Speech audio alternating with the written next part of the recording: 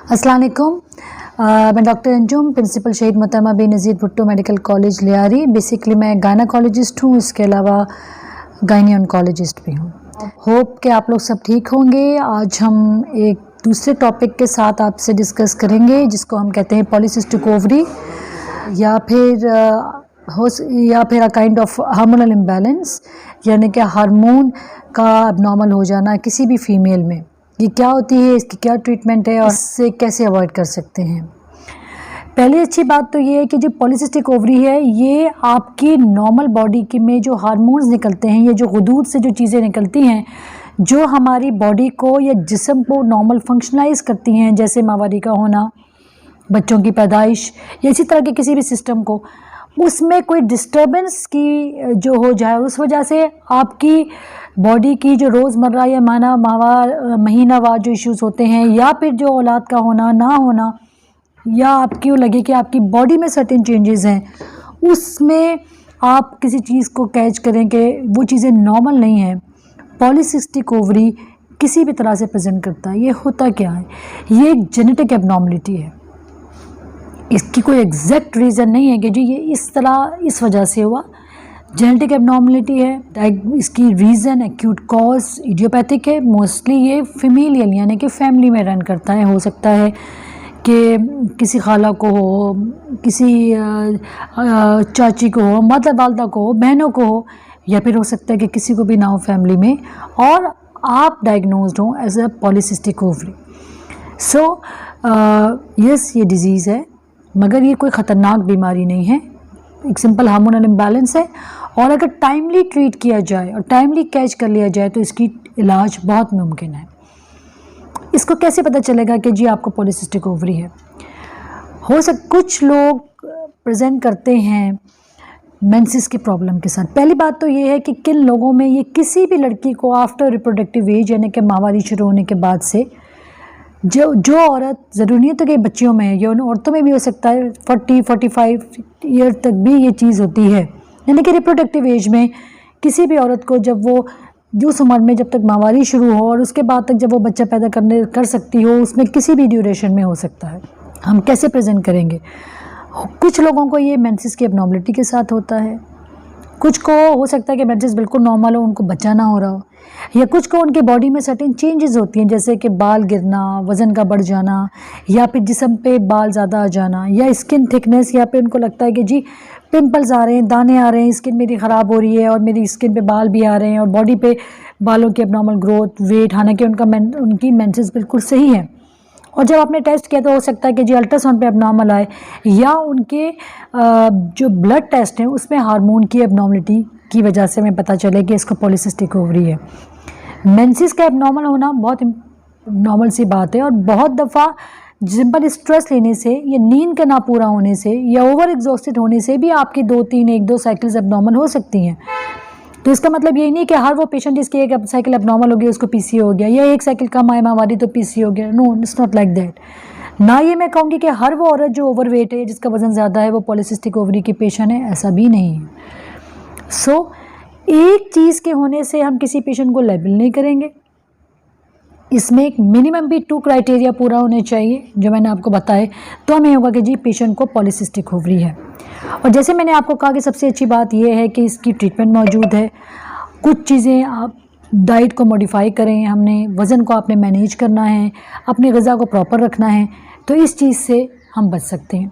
और अगर ये हो भी गई है तो खुदा ना खासा परेशानी की कोई बात नहीं, सिंपल आपकी मेडिसिन, थोड़ा बहुत आप वेट रिड्यूस करेंगे, डाइट मॉडिफिकेशन होगी और कुछ दवाओं से ये आपकी चीज़ें इंशाल्लाह नॉर्मल हो जाएंगी। नाउ अब इम्पॉर्टेंट बात ये है कि आप इसकी ट्रीटमेंट क्या है और हम इसको डायग्नोज कैसे करें। किसी भी औरत को मेंसेस बिल्कुल पहले रेगुलर आता हो शुरू, और उसके बाद सडनली वो फील करे कि मुझे इरेगुलर हो गया है, या यूजुअली पेशेंट को वो माहवारी कम होना शुरू हो जाती है। कुछ पहले दिन कम होते हैं, से पहले 5 दिन होता था, अब 3 दिन हो गया, या 2 दिन हो गया, या इवन 1 दिन हुआ, और मगर जो हुआ 5 दिन ही, मगर वो अमाउंट बहुत कम था। पेशेंट कहती है डॉक्टर साहब मुझे माहवारी रही 5 दिन, धब्बा लगता रहा, मगर पहले भी मुझे 5 दिन होती थी मगर वो नॉर्मल होती थी। तो ज़रूरी नहीं कि डेज़ कम हो सकता है डेज़ उतनी हो मगर क्वांटिटी कम हो जाए, या हो सकता है कि डेज़ आपकी कम हो जाए कभी कभार पेशेंट ऐसे प्रेजेंट करती है कि जी 2-2 महीने तक माहवारी नहीं है और जब आई तो बहुत ज़्यादा थी। किसी भी तरह की एबनॉर्मलिटी जो आपको लगता है कि पहले मुझे मेंसेस था वो वैसा नहीं है, मगर अगेन वो परसिस्टेंटली 3-4-5-6 साइकिल में ऐसा ही चल रहा है, तो डेफिनेटली उसके साथ अगर आपका ब्लड टेस्ट पे हार्मोन एबनॉर्मल है या आपका अल्ट्रासाउंड था या आपने फील किया कि जी मेरी स्किन बहुत अच्छी थी अब उस पर पिंपल्स आने लगे या थिकन होने लगी, या फिर आपको लगता है कि टेक्सचर उसका ख़राब हो रहा है, इवन हेयर ग्रोथ ज़्यादा हो रही है, किसी भी चीज़ के साथ ये हम डायग्नोज करेंगे एज अ पॉलीसिस्टिक ओवरी। इसको डायग्नोज कैसे किया जाएगा? जैसे मैंने आपको बताया कि इन 3 में से 2 क्राइटेरिया होनी चाहिए। हम एक सिंपल अल्ट्रासाउंड करवाएंगे, उससे हमें आइडिया होता है, या कुछ हार्मोन्स के टेस्ट होते हैं, उससे ये चीज़ कंफर्म हो जाती है आपके सिम्टम्स के साथ या जो आपको अलामात हैं उसके साथ कि जी आप डिजीज़ है, आपको पॉलीसिस्टिक ओवरी का इशू है। कोई यंग बच्ची आती है और उसको मेंसेस का एबनॉर्मल है, डिपेंड करता है कि वेट कितना है। अगर उसका वेट वाकई बहुत फास्टली बढ़ रहा है तो हमने एक तो वेट को मेंटेन करना है, उसके लिए आपने डाइट का ख्याल करना है। डाइट के लिए एक तो सबसे पहली बात है कि आप अपने आप को एक रेगुलर 10 मिनट से शुरू करें और आहिस्ता आहिस्ता एक्सरसाइज को बढ़ाएं। पहले हफ्ते में 10 मिनट था, फिर आपने 15 मिनट किया, फिर ओवर द टाइम ग्रेजुअली आप अपनी एक्सरसाइज पीरियड को बढ़ाएं और वेट आप देखेंगे रिड्यूस होना शुरू हो जाएगा। डाइटिंग का मतलब ये नहीं है कि आप सब कुछ खाना पीना बंद कर दें, आप अपनी डाइट से कार्ब्स को कम करें, यानी कि आपकी डाइट में प्रोटीन ज़्यादा होना चाहिए और आपके कार्बोहाइड्रेट्स कम होने चाहिए, क्योंकि प्रोटीन जितना बॉडी ने जितना लेना है वो आपकी बाकी चीज़ों को मैनेज कर जाएगा। डेफिनेटली कम का मतलब ये नहीं है कि ख़त्म हो जाए, बिल्कुल कम का मतलब है कि जो ले रहे थे उससे पोर्शन आपने डाइट के अंदर 3 मील लें आप, मगर उस डाइट के पोर्शन में आपने कार्बोहाइड्रेट्स कम करने हैं, राइस कम कर दें, आटा जो है अब अपना रूटीन जो है पराठे ना खाएं, रोटी भी खानी है तो जो ब्राउन ब्रेड वाला आटा होता है या ब्राउन आटा होता है जो हम डायबिटिक पेशेंट को भी देते हैं उसकी रोटी बना के आप लें अगर आपने रोटी खानी है तो। इसके अलावा शुगर को कम करें अपनी डाइट से। इवन अगर आप चाय पीते हैं तो कोशिश करें कहवा ले लें, उसमें अगर आपने बहुत डालना है तो शुरू में गुड़ डालें बजाय कि आप पूरा वाइट शुगर लें, या फिर आप मीठे को कम करें। सो आपकी डाइट में मीठा कम होना चाहिए, राइस को ग्रेजुअली कम करें। Yes you can take fruits, आप लें, dry fruits is very good, protein लें आप, fish is too good for you, आप मछली लें, और अपने डाइट को पेट भर के खाना ना खाएं। वैसे भी देखें ये हमारे मज़हब में भी है कि आप पेट भर के एक वक्त में खाना ना खाएं। रात का खाना सोने से कम भी 4 से 5 घंटे पहले होना चाहिए। रात का खाना खाने के बाद फ़ौरन से ना सोएं, वॉक करें।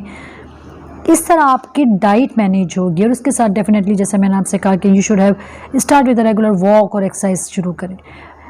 डाइट बैलेंस आप प्रॉपरली करें, उसके साथ आपकी सर्टेन मेडिकेशन है। मेडिकेशन मैंने आपको कहा कि जो अगर कोई बच्ची आती है जिसको सिर्फ मेंसेस का प्रॉब्लम है और हम डाइट बैलेंस के साथ उसको सर्टेन मेडिकेशन देते हैं जिससे काफ़ी हद तक 2 से 3 से 4 महीने में इसका ये मसला हल हो जाता है। और अगर आपका वेट उसके बाद मेंटेन रहेगा तो इंशाल्लाह आपको फिर ये चीज़ रिकरेंस नहीं होगी। कोई पेशेंट आता है जिसको बच्चे का मसला है, हो सकता है कि मेंसेस नॉर्मल है, सिर्फ उसको है कि इनफर्टाइल है, हमने टेस्ट करा पता चला पॉलीसिस्टिक ओवरी थी, क्योंकि उसके नॉर्मल हार्मोन्स नहीं है तो उसके नॉर्मल ओवरी फॉलिकल्स नहीं बना रही है। इस वजह से उसके लिए there is a proper treatment, आपने डेफिनेटली ट्रीटमेंट लेनी है। इसका मतलब नहीं है कि जी वेट कम किया उसके बाद यूजुअली जो पेशेंट वेट रिड्यूस करती हैं, देखिए पॉलीसिस्टिक ओवरी ओबेसिटी के साथ इनडायरेक्टली और डायरेक्टली रिलेटेड है। इसमें पेशेंट ओबीज भी होता है और मोटे पेशेंट को पॉलीसिस्टिक ओवरी ज़्यादा होती है, you know. So these 2 things या ये 2 चीज़ें एक दूसरे से इंटरकनेक्टेड है। वंस आपका वेट एक मॉडरेट लेवल पे आ जाएगा तो ना आपको पॉलीसिस्टिक ओवरी के जो हार्मोनल इम्बैलेंस हैं वो भी नहीं होंगे और आपके चांसेस कंसेप्शन के खुद ब खुद भी बढ़ेंगे। मगर इसका मतलब ये नहीं है कि उसके बाद आप बैठ जाएं कि जी खुद बढ़ेंगे। You have to take a proper treatment. उसके बाद शादी के बाद अगर कंसेप्शन नहीं हो रही है जबकि वो उसकी कोशिश कर रहे हैं तो आपने अपनी वैसे भी ट्रीटमेंट करवानी है। So we have certain medication, simple दवाएं हैं, हम आपको हार्मोन्स को रेगुलर करेंगे, वो बच्चा होने की दवा देंगे और ये कोई बड़ी चीज़ नहीं, आराम से पेशेंट कंसीव कर लेता है।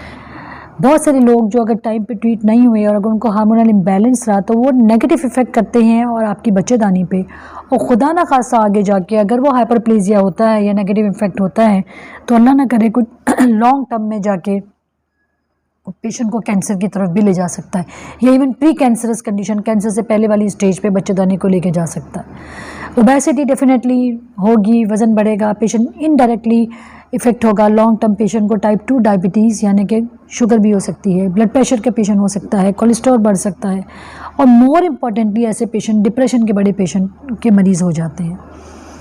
कुछ पेशेंट हमारे पास आते हैं कि डॉक्टर साहब मेंसेस मुझे बिल्कुल रेगुलर है बट मुझे स्किन पे पिंपल्स आ रहे हैं बहुत ज़्यादा, या हेयर ग्रोथ बहुत ज़्यादा है, उनको भी हम सर्टेन हार्मोन्स पे डालते हैं। अलॉन्ग विद दैट हम उनको कहते हैं जी रेगुलर आप अपने फेस की वैक्सिंग करें, उसके बाद सर्टेन क्रीम्स हैं वो अवेलेबल हैं, वो आप लगाते हैं तो ओवर द टाइम आप खुद फील करेंगी कि आपका स्किन का टेक्स्चर भी अच्छा नहीं लगेगा, पिंपल्स भी चले जाएंगे और उस पर हेयर ग्रोथ भी वापस से नहीं आती।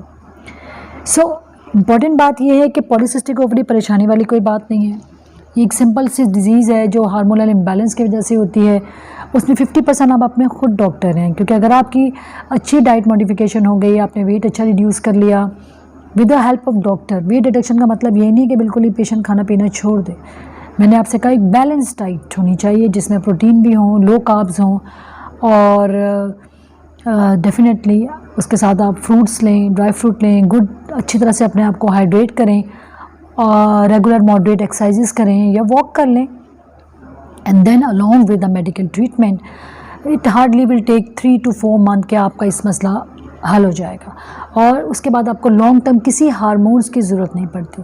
कुछ पेशेंट्स का कंसर्न ये होता है कि जी डॉक्टर साहब ये वापस से हो सकती है, यस ये रिकर हो सकती है अगर आपने इस चीज़ को मैनेज नहीं करके रखा या लॉन्ग टर्म नहीं मैनेज किया।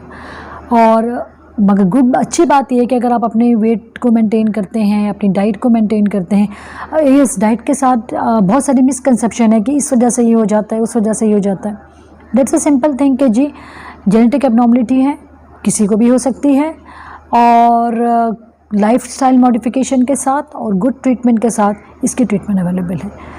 कोई भी चीज़ इसके साथ ये नहीं कि ये इसको मैंने आज जैसे आपको कहा ये जेनेटिक एबनॉर्मलिटी है तो रीज़न कि जी फ़लाँ गोज़ से हो गया, फ़लाँ चीज़ से हो गया, इसका कोई साइंटिफिक एविडेंस हमारे पास नहीं है। लॉन्ग टर्म फॉलोअप पे रहना भी ज़रूरी नहीं है। अगर आप हो जाते हैं और आप 2 साल 3 साल बाद अगर फिर डॉक्टर के पास चले गए वो तो फिर दैट्स गुड फॉर यू, ताकि आपकी लॉन्ग टर्म बैलेंस हो जाए। मगर ये ऐसी कोई बीमारी नहीं है जो पूरी ज़िंदगी के साथ आपके साथ चलेगी। Thank you very much. इसके साथ आप कुछ मशवरा करना चाहते हो, मेरा नंबर आपके पास है और आप मुझे विज़िट कर सकते हैं। Continue with my channel and इंशाल्लाह ताला नेक्स्ट टॉपिक के साथ बहुत जल्द आपसे मुलाकात हो।